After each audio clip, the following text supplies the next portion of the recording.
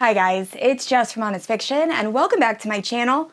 In today's video, I am going to be sharing my giant book haul.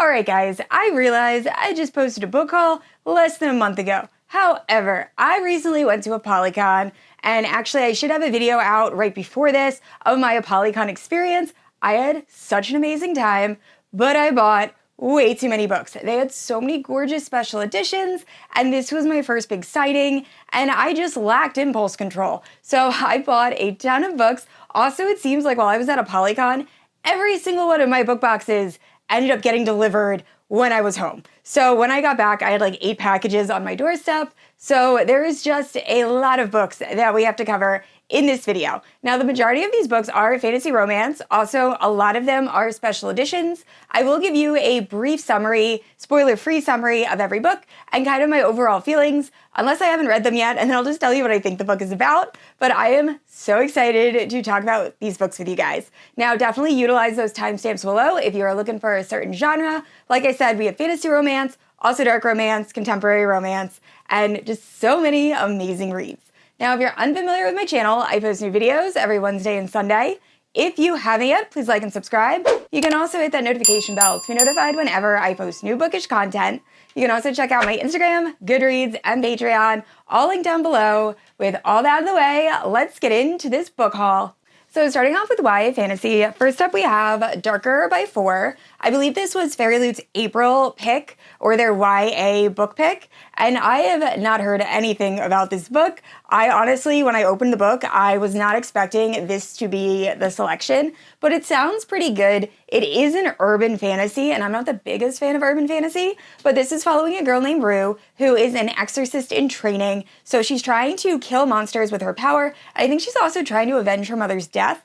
And then there's Yiran, or it's Y-I-R-A-N. I don't know how to pronounce it. I should have looked it up before filming this video. That is completely on me. However, I have a lot of books to get through. But he is born into this illustrious family, and unfortunately, he was born without magic. So he's kind of like the black sheep of the family. That is until he accidentally steals Rue's powers. So now they have to work together to try to take down these monsters, and Rue is trying to get her powers back. So it sounds really good. I'm hoping to pick this up probably in late May, early June. But let me know if you've read this or if you've heard anything, because I am very intrigued. And next up, we have Heir Comes to Rise. So I actually purchased this at the ApollyCon Barnes & Noble shop. Now, it says YA Fantasy when I looked this up on Goodreads. However, Goodreads has led me astray many a time. So I'm not exactly sure if it is YA, but I'm pretty sure it is. I've heard pretty good things about this. It has almost 4 stars on Goodreads. But we are following this girl, this human girl that lives in a world that is run by the Fae. So she is just trying to keep her head down, trying to have a better life. She has a best friend who's also a human, and they are just trying to stay out of the Fae's way, essentially. That is until these dark abilities are awakened in our main character, abilities that a human should not possess, and she is thrust into, I believe, some sort of war. So it sounds really good. On Goodreads, it said it was perfect for people that are fans of Throne of Glass and the Mortal Instruments. So I am definitely intrigued, and I will hopefully be picking this up soon. All right, moving into adult fantasy romance. First up, we have A Fire in the Flesh by Jennifer L. Armentrout. This is the 3rd book in the prequel series to From Blood and Ash. Now, if you're familiar with my channel, you know I love the From Blood and Ash series. My first video was actually a recap or a review of From Blood and Ash, the first book. However, I have not been loving the most recent books that have released. And I'm talking about the books in the prequel series. I still really enjoyed all of the books in the original From Blood and Ash series. However, the prequel series, I am kind of struggling with. I DNF'd this book 3 times. I want to finish it. And if you have finished this book, please let me know what you ended up rating it, because I feel like most of my friends, honestly, have not finished this book either, and I really don't know if it gets better. But every time I have started this book, I think it's the narrator. I can't get into it. So unfortunately, I don't have any feelings, and I can't really tell you much. If you're unfamiliar with the From Blood and Ash series, the original series, we're following this girl named Penelope. She was raised in isolation, as the maiden. I feel like I've done this pitch at least 1,000 times. She was raised in isolation as the maiden. One day she decides she wants to go out, have a little fun. She sneaks into the Red Pearl in disguise, where she has an intimate encounter with Hawk, the newest member of the Rise Guard. He soon becomes her personal guard, and the story goes from there. This series has vampires, it has werewolves, it has one of the best romances. It's so unbelievably good. All of the touch her and die vibes. However, I just feel like the series, the prequel and the main series are starting to get really dragged out, and I wish they would kind of end on a good note similar to Zodiac Academy. So yeah, if you have read this and you enjoyed it, or even if you didn't enjoy it, let me know what you rated it, because I need motivation to finish this book. And this next book is one of my top books that I got at ApollyCon, just because this cover is so different than the original cover. I'll actually put the original cover up on the screen, or I'll have it up on the screen so you guys can see it. But this is The Never King by Nikki Crowe, and I have never seen a special edition that just went so completely in the opposite direction in terms of color and tone. Like, the original cover of this book is a skull and it's all black, and this is like a tropical paradise. And honestly, I feel like this cover kind of fits the book a little bit more. So this is a series, I read this a long time ago, the first 3 books, but we're following one of the descendants of Wendy Darling, and all of the women in this family have been seen as crazy because they say that when they turn 18, Peter Pan is going to come, kidnap them, and take them to Neverland. So our main character and this mother has been warning her since she was a baby, saying, you need to lock your windows, stay away from Peter Pan, he's coming for you. And that ends up happening. So he takes her to Neverland, where she has some fun time with Peter and the Lost Boys, and it goes from there. Now, this is a novella. It is rather short, it is super spicy, and it is a little bit dark. But overall, I love this edition, and I really hope she releases the rest of the books with this kind of like edition. And piggybacking off of The Never King, we have The Last Lost Girl. Now, I knew nothing about this book when I picked it up. Honestly, Carrie from Book for Romance, she had been talking to someone at ApollyCon that had just purchased the special edition of this book, and it was stunning. So I ran to where this author was, and unfortunately she had sold out, but I did end up buying this paperback copy just because the author was so sweet, and this kind of seemed like an interesting read. So I just looked at the back of this, and this is also a Peter Pan retelling, but with such a twist. So in this, we're following a girl that I believe it's her friend or her sister, but I'm pretty sure it's her friend, has been telling her that she's terrified of Peter Pan and Neverland. And one day she realizes why. It is because her friend had stolen something from Peter Pan. And Peter Pan is not this boy that is very like upbeat and magical. He has grown into a man that is very bitter and very dangerous. So apparently he tries to attack our main character, and she is saved by a mysterious stranger who has a hook for a hand and is on the ship.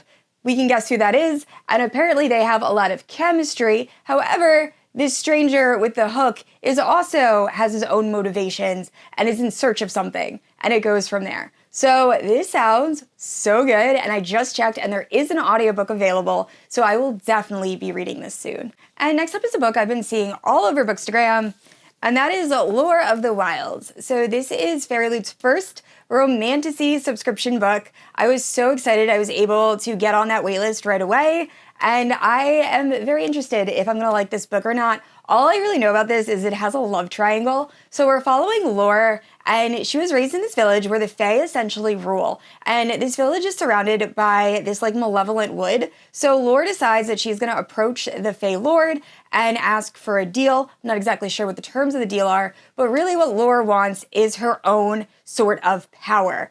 And while she is trying to fulfill whatever this deal is, she ends up working with 2 other Fae, and I think that's where like the love triangle comes in. But I will say, the front of this book is gorgeous. However, I've also been noticing a trend where there's a lot of books that have this like 3-person type of cover. I might do a video where I talk about like cover trends in romance and fantasy romance, because it is really interesting how that kind of works. But anyway, I am very excited to read this, and I will definitely be reading this in May. And next up, we have Touch of Chaos by Scarlette St. Clair. This is the fourth book in the, I forget the name of it, but it starts with a Touch of Darkness series. It's a Hades and Persephone retelling.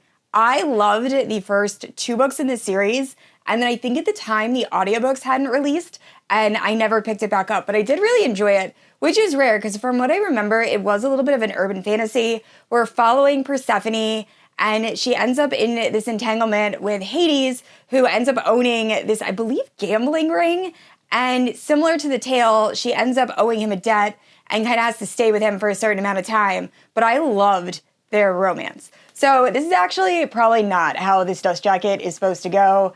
The other side of this dust jacket is just the typical cover. And I feel like for special editions, I want them to look a little bit different. So I didn't even know when I purchased this, it was a special edition until I got it signed. And I noticed that there was like all of this going on the inside. So I don't know, I'm gonna keep it this way, but I know it's probably not how it's supposed to go. But overall, I'm very excited to jump back into this series. I might, over this summer, just start from the beginning and just reread this series. So let me know if you've continued, what you think, but I love a good Hades and Persephone retelling. And next up, we have this stunning edition of Between Wrath and Mercy. I am obsessed with this cover. I just think it is so cool. It also has gorgeous inside the dust jacket artwork, and I love this so much. This was one of my favorite books, I think not last year, but the year before. So if you're unfamiliar with Between Wrath and Mercy, we're following this woman who is in this loveless marriage. However, her one shining light in life is her daughter. That is until her daughter ends up being kidnapped. So our main character has to ask the bloody Prince Rainier, who she has a history with, for help. And it's kind of their romance, but I've talked about this in other videos. I love it that in this book we are following slightly older characters, because when I typically read fantasy romance, most of the characters we follow are either late teens, early 20s, and I'm in my 30s, so I don't normally see myself in those characters, but for this I really did, and also their characters were a little bit less impulsive. They used a lot more critical thinking, like they didn't rush into action. And I just really enjoyed this book. I still haven't read the sequel. I know I have to pick it up soon. But honestly, every time I see this book now, I think of my friend Jacqueline, who we had talked on Instagram pretty often. And then I saw her in person and I was so excited. And then we both ended up talking to Jess Wisecup. But yeah, so now when I see this, I just think of her and I don't know, it's fun. Also, Jen from the Book Refuge, because she's the one who told me about this book and is why I essentially beelined for Jess Wisecup on the second day of the signing. But anyway, if you have not picked this up yet, it is such a solid fantasy romance, and I highly recommend.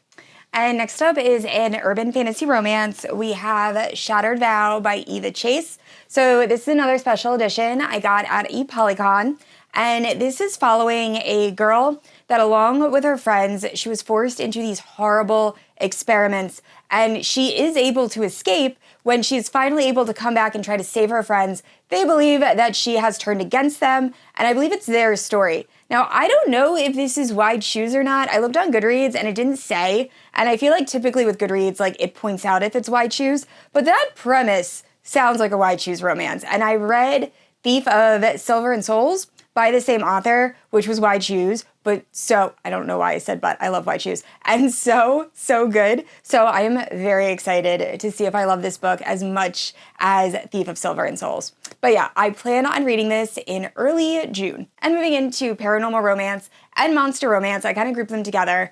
First up, we have The Lovely Dark, and this is a bind-up of 3 different stories by Emma Hamm, Zoey Draven, and Juliette Cross, and I am so excited. I was able to get this stunning edition. So Zoey Draven is another author that I pretty much beelined to where she was, or her station, on the Friday signing, because I knew she didn't have a lot of these books available, and I really wanted to pick one up. So I don't know very much. I feel like I'm going to go into these books blind, just because they are like short stories, and I don't want to have like anything ruined for me. But these guys are the queens of like monster and paranormal romance, so I know this book is going to be amazing. And also in that Titan bag was an arc of Bespelled by Thalassa. So this is the sequel to Bewitched, which I read when it first released, and I think I ended up rating it 3 stars. I enjoyed it to an extent. I feel like me and Thalassa, I've said this in other books, we don't jive. her writing and me, we don't really get along. So I'm probably going to read this only because I was interested enough in Bewitched to continue with the series. However, like I said, I've read other books by her, like the Rhapsodic series, did not work for me, especially how a certain character was written. It was kind of cringe. And for me personally, if you want to try it, reading is subjective, go for it. And I also read the first book in the Four Horsemen series, and I hated the first book. Really, really disliked it. However, I have had friends that have said that I would probably really enjoy the rest of that series, so I might give it a try still. I haven't decided. But yeah, Bewitched, I enjoyed it. It just wasn't a standout. We're following this witch that wants to join a coven, and in this world, covens are kind of like universities. However, the price of using her magic is she loses her memories. So all of these covens are very reluctant to have her join because they're like, you're going to eventually die if we train you in magic because you're going to have no memory. So one coven gives her a chance and is like, if you can find a familiar and do all of these things, we'll let you in. So while she is trying to do that, she is traveling, I think, to some sort of jungle. Her plane ends up going down, and when she crashes, she ends up hearing this voice. And instead of running in the other direction like I would do, she goes to the voice that leads her to a crypt. And then she opens the crypt, and this sorcerer barbarian pops out and is like, you're my wife, and I hate you. And the story goes from there. And obviously, because she loses her memories when she uses magic, she has no recollection of this person. So yeah, the story, it was interesting. Not a huge standout, like I said, but still entertaining. So I will be reading this whenever the audiobook releases. And next up is The Hunt by Ivy Asher. So Ivy Asher is an author that I've been slowly coming to love. She wrote Order of the Scorpions, which is one of my favorite dark, wide shoes fantasy romances that I don't hear people talking about, and it deserves so much more love. And then I read Rabid, which I believe was a collab with Ivy Asher and Raven Kennedy that I really enjoyed. So I was super excited when I saw this on her table. So this, I believe, is following a girl who lives or is part of a werewolf pack or a shifter pack, and she just wants to live a quiet life with her sister. That is until her sister is kidnapped and her pack ends up betraying her. So she goes on the run to try to find her sister, where she ends up being found and kind of partnered with a group of other shifters that kind of have like a guard, and they want to protect her and help her. However, she is used to being the lone wolf. I believe this is a Wide Shoes paranormal romance, and I'm so excited. So when I talked to Ivy Asher, she said the audiobook for this will be releasing at some point this year, I believe. She either said this year, I'm almost positive she said this year. But anyway, as soon as that audiobook drops, I will be picking this up. And moving into dark romance, this first book, I have never been so nervous/excited to pick up a book before in my life. I have had friends tell me that I need to read this book ASAP, even though there's no audio, that it is one of the best books they've ever read, that it's super dark, super disturbing, but also amazing. Then I've had other friends that have said that they had to DNF this book because it's not what it was marketed as. Now, I really have no idea what this book is about, and I'm gonna keep it that way because I don't want to be spoiled. And it seems like this is a book that might be better going into kind of blind. And that is I can't even say the name. Hills of Shiver and Shadow by Pam Godwin. Now, I believe this is the first book in either a duet or a series. And I got this out of ApollyCon, and I asked Pam Godwin if there will be an audiobook, and she said there will be. It's just taking some time.